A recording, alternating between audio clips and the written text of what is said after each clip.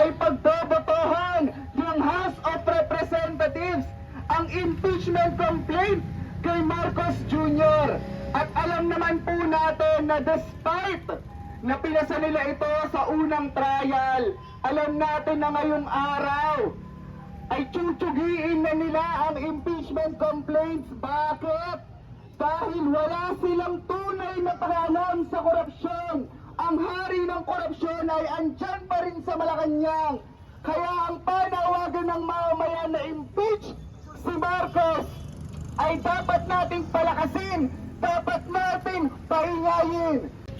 Dahil ang hearing ay kontrolado ng mga burokrata kapitalista, kayang-kaya po nilang imanipula patay sa kanilang interpretasyon, patay sa teknikalidad para iligtas mismo si Bongbong Marcos. Bilyon-bilyon ang pera na ninakaw mula sa amin sa araw-araw na pagbabanat ng buto, pagtatrabaho habang kami ay nagtitiis sa kakarampot na sahod. Bilyon-bilyon ang nawalang pera. Kaya ang ibig sabihin, dapat po merong managot.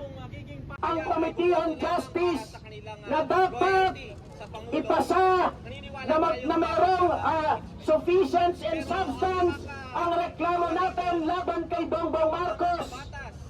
Ang mga ebidensya na hinahanap nila ay kailangang ilabas sa aktual na hearing sa araw mismo na humarap sa Kongreso si Bongbong Marcos.